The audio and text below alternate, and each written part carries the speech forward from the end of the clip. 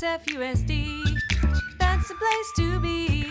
SFUSD, bienvenidos a Tijuana. SFUSD, everyone come and see. SFUSD, join our family. S is for students, F for families too. U is for united, talking about me and you.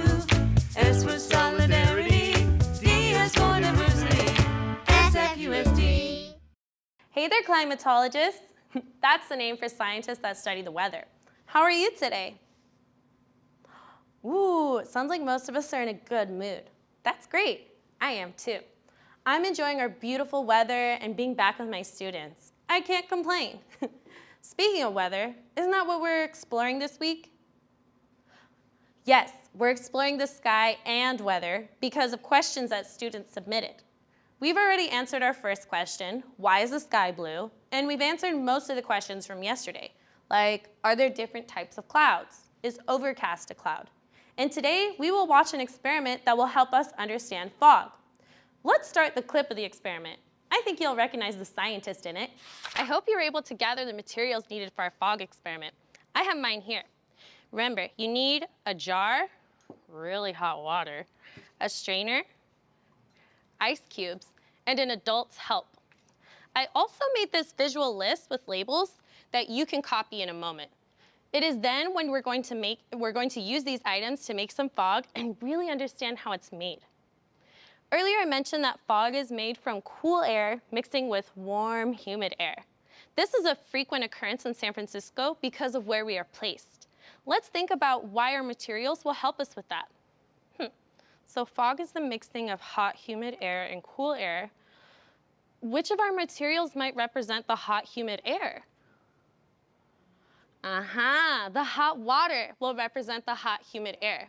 What material will represent the cool air in this scenario? Yes, the ice will represent the cool air. Great, we have the two important components for making fog. Now remember, the west side of the city experiences the most intense fog because the hills kind of lock it in. I think we're ready to get our experiment started. You can follow along with me or just watch and try it later. But please be sure to do this in the presence of an adult. So our first step is to fill the jar with hot water. We have to let it sit there for 1 whole minute or 60 seconds. And let me go ahead and do that. So remember to do this as an adult. I'm gonna pour it in.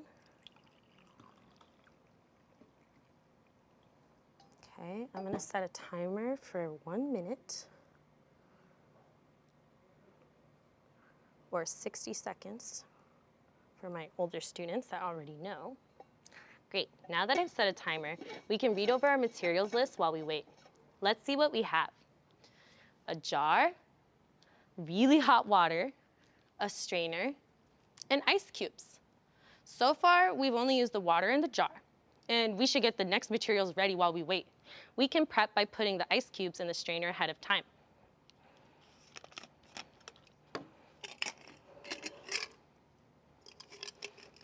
Oh no, Maestro's ice cubes are stuck.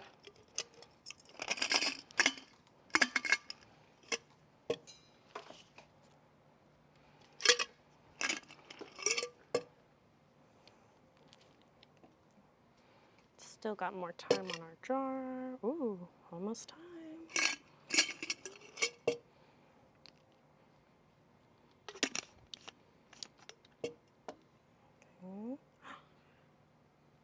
Looks like our jar is ready.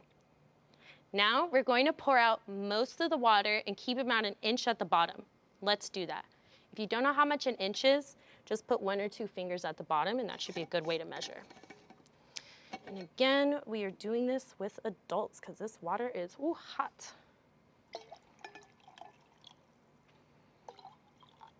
Okay, great. Now let's put our strainer with the ice cubes on the top and see what happens. All right, I'm gonna wait.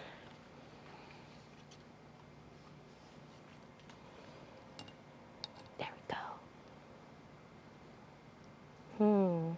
And sometimes you might need to activate it a little bit more. Put a little more hot water.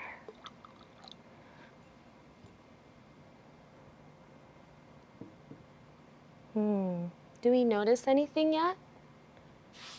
Hola, amiguitos. Maestra Mesa. Our experiment didn't really work while we were filming, so I thought I'd give it a try at home. I changed two things. I used water that was even hotter, and instead of using a jar, I used a really big mug. I'm going to put this on top to make sure the heat really stays in there and warms up the mug so that we can make sure that we have our hot, humid air. And I'm going to go get what's going to represent our cool air with the ice cubes. Make sure they are as cold as they can be.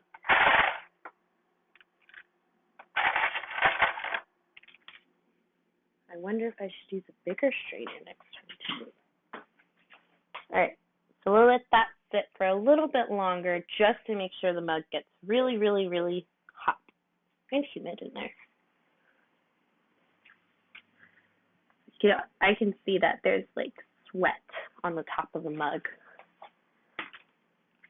All right, so we pour it out until we have maybe an inch left, like that. And then we add our cool air. Let's see if we, whoa, do you see that? I'm going to pretend that I'm the wind and that this is Twin Peaks. Let's see what happens with our fog.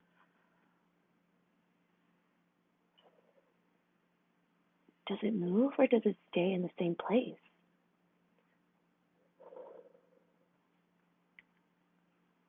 Do you see it just coming right up out of here? It's so cool, amigos. Awesome.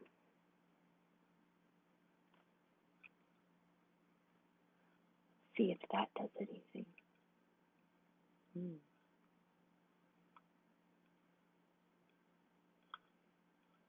Did you watch the experiment, scientists? Great! If you've been watching SF Loves Learning for a while, you've probably already seen this, but it's still very helpful information. So our fog in San Francisco is created because of the hot and cold. But what is it? Well, fog is a cloud that is very low or on the ground. When you're walking through fog, you're actually walking through clouds. Now that is really cool. How exciting! Well, scientists, our time is up for today, but we will conclude our learning of the big blue sky tomorrow. I can't wait to see you then. Hello, friends. Mr. Ryther here. And joining me on today's song is my friend Suzanne. Hi, Suzanne. Hi, Michael Ryther. Hello, everyone. Have you ever thought about how amazing plants are? The roots are able to grow around obstacles, and they know how to find water underground. You think that's amazing? Leaves can turn sunlight into food, and flowers can get bees and hummingbirds to pollinate them. How do you think plants got so amazing? As amateur scientists, that's a question we could research. Well, here's our song, Parts of a Plant. Let's talk about the parts of a plant. Let's talk about the parts of a plant. The roots and the stems and the leaves, the flowers and the fruits and the seeds, the parts of a plant.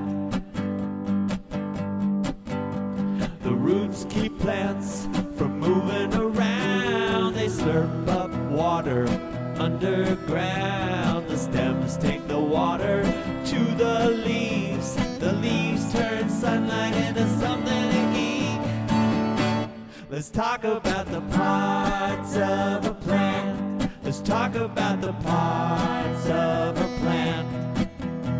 The roots and the stems and the leaves, the flowers and the fruits and the seeds, the parts of a plant. The flowers attract the pollinators when they interact. The fruits come later. The fruits have seeds to make new plants. It's a life cycle like an infinite dance. Let's talk about the parts of a plant. Let's talk about the parts of a plant. The roots and the stems and the leaves, the flowers and the fruits and the seeds, the parts of a plant.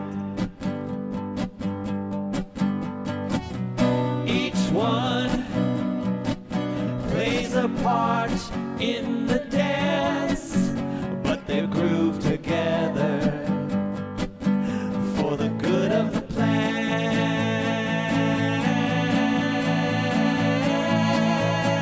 Let's talk about the parts of a plan. Let's talk about the parts of a plan. The roots and the stems and the leaves, the flowers and the fruits and the seeds, the parts of a plan. The parts of a plan. The roots and the stems and the leaves, the flowers and the fruits and the seeds, the parts of a plan. Thanks, Suzanne, for helping me on that song. Did you know that all of you at home can be scientists too? What questions do you have about plants that you want to investigate? When you ask your child questions about details in books, like who is in it and where they are, you help them understand what they read. After you and your child read a book, ask about the characters. Ask who was in that story. What did they do? What happened to them? Keep asking about the details in books. Now, after a book, ask about the setting. Where did that story take place? What was it like there?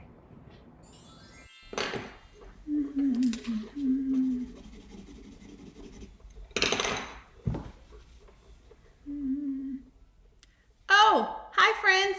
It's me, Miss Nikki. Oh, me? Oh, I was just coloring my absolutely favorite dinosaur, the Tyrannosaurus Rex. I didn't start that page yet. I was actually just coloring this page of the Tyrannosaurus Rex, also known as the T-Rex. Well, I think you were with me the last time that I was talking about the Tyrannosaurus Rex, also known as the T-Rex. Remember? We talked about how the Tyrannosaurus Rex were these big, huge, ferocious dinosaurs. Powerful and strong and tall and fierce. Well, since then, I learned that not only were they huge, but their jaws were huge, massive, and powerful, and that the Tyrannosaurus Rex had about 50 or 60 teeth. I don't think we have that many teeth. 50 or 60 teeth. And these weren't little bitty teeth like our teeth. These were big, humongous teeth. About 8 inches long each. Yeah, about the size of a banana. And so that's why I'm coloring my Tyrannosaurus Rex's teeth the color yellow. Because I remember yellow like banana and big sharp teeth as long as a banana. Oh, don't be afraid. Tyrannosaurus Rexes lived a long time ago. You know, I was a little bit afraid of T-Rexes when I first started reading about them. I mean, everything in the movies is like scary, big, mean monsters. But then I found this book about tiny T-Rex. And I realized that T-Rexes maybe are not so scary. I also learned that T-Rexes get scared sometimes too. And well, after reading this book, I actually learned some things about what we can do when we get scared. Hey, how about I read the book to you? Tiny T-Rex and the Very Dark. Very dark. Not a little bit dark, very dark. Of course, this is a book from our friends at Chronicle Books. Tiny, it will be dark soon. Yes, Pointy, soon. It will be very dark. Well, at first I thought, you're a ferocious T-Rex. Nothing will scare you. So I was really surprised to see that Tiny T-Rex and Pointy were a little scared of the very dark. It is our first camp out in the backyard, and we are nervous. We have never slept outside before. Well, when dinosaurs lived a long time ago, that's all they did was sleep outside because Dinosaurs don't live in houses. I guess this one does. We are mighty beasts. I am a Rex, Pointy is a Pointy, and Bob is my special squish. But even mighty beasts get scared if we can't sleep with our nighty lights. When I am inside, the dark doesn't seem so dark. That's true. When you're inside, the dark is not that dark. But when I'm outside, the dark is very dark. Outside, there are no nighty lights to turn on. And when there are no nighty lights, the grumbles and nambies come out. Do you know anything about the grumbles and nambies? Yeah, me too. Mother says, there's always a light shining somewhere, Tiny, even in the dark. If you are brave and look hard enough, you will find it. Tiny says, but it's hard to be brave when you are scared of the crawly creeps. And it's hard to look for something when you have your eyes shut. I do that too. Sometimes when I'm really afraid, I just close my eyes. I guess T-Rexes get scared too, eh?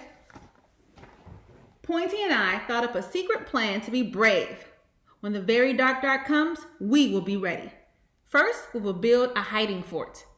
That's a good idea. When the scary things come, they could just hide in a fort.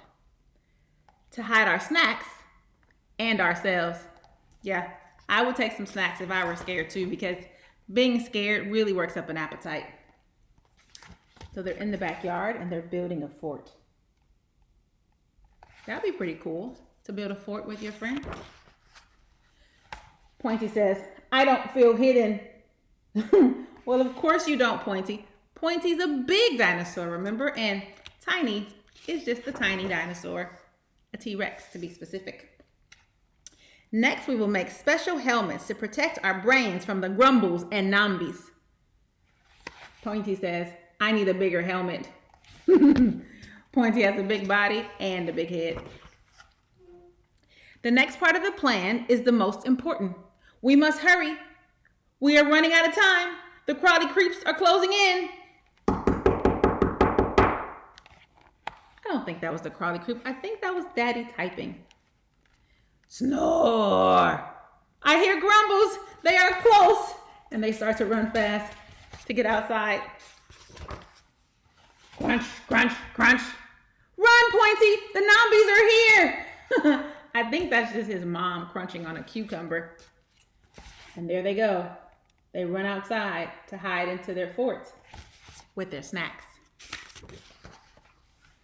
This is it. Our secret plan is almost ready. Okay, they're outside in the very dark. Let's see what happens. Huh, look at all those lights. They said, now we will not be scared of the very dark because we've made a super bright nighty light. That was a good idea. They brought the lights outside. Won't be so dark if you bring the lights. Whoa, look at that. That's very, very bright. And very beautiful too, if I say so myself. Uh-oh. What happened? Our plan did not work. The very, very dark has got us.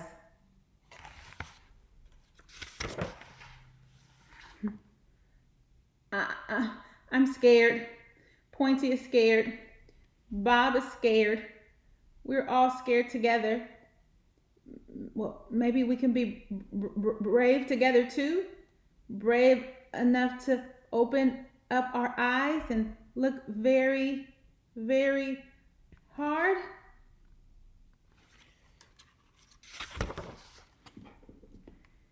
They open their eyes. Whew. And what do they see? Wait, those aren't the lights they brought outside. Well, those are stars in the sky. The universe's natural light. And they found some light. Huh. That's the end of that story. I think it's really interesting to learn that sometimes you might think that something or someone is so brave and so strong, but I think that everything, every living thing, and especially every human being, sometimes gets a little bit scared of something. But I also think that every single one of us has opportunity and the power to be strong together, to not close our eyes and hide, but to open our eyes to see, to open our eyes and together find the light, just like Pointy and Tiny T-Rex did. Well, enough reading for me. I'm gonna get back to coloring my ferocious T-Rex and his yellow banana teeth. See you later, friends. Bye-bye. Hi everyone, I'm Miss Jyoti. Assalamu alaikum, everybody. My name is Mr. Bongo. Today we're going to learn about the month of Ramadan, which is celebrated by over 1 billion Muslim people all over the world. Mr. Bongo, who's Muslim, is going to teach us all about this month and what it means to him. Ramadan. What is a Ramadan to me and to all the Muslims around the world? Ramadan is a month that Muslim people fast. Muslim people ask for forgiveness. Muslim people give. And Muslim people also accept forgiveness from other people and focusing on doing good things and kind things toward our community and toward our families and friends. Fasting.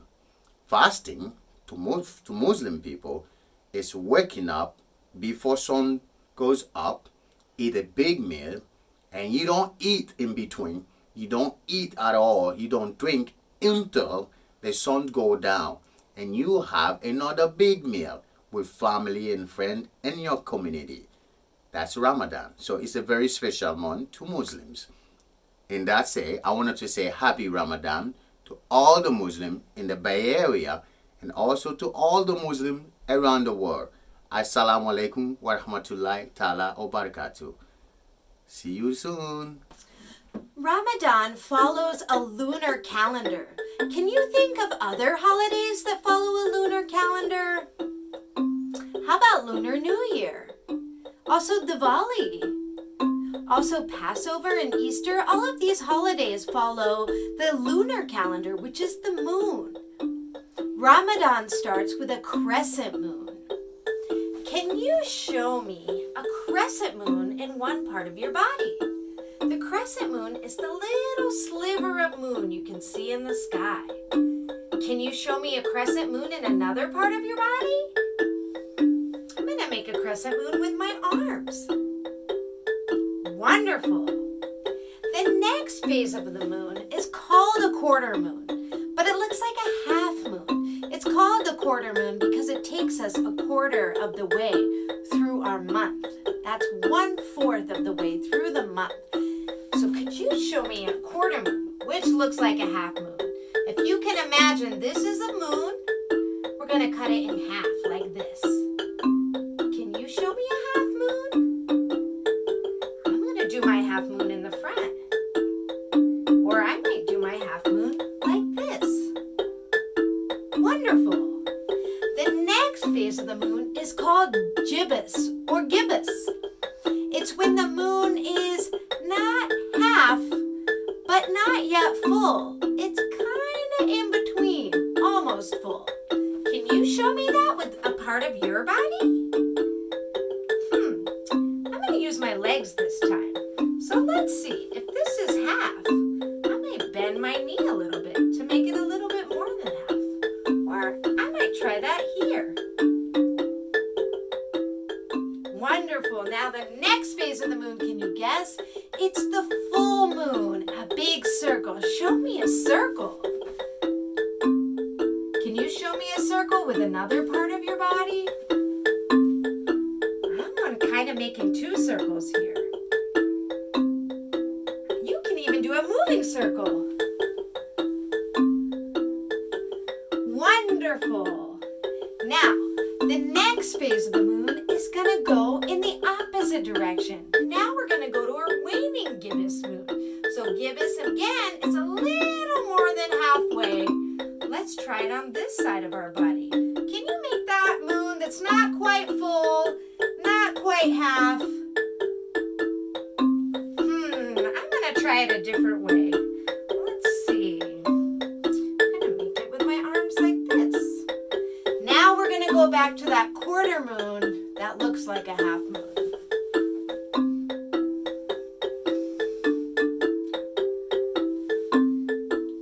I haven't really used my head yet.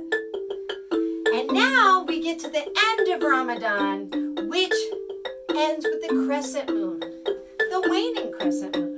We're gonna go back to making a crescent moon. Can you make it in a different way?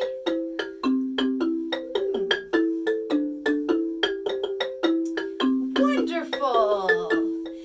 Thank you for joining us today and exploring Ramadan and the phases of the moon. And we'll see you next time. Bye, everybody. Assalamu alaikum.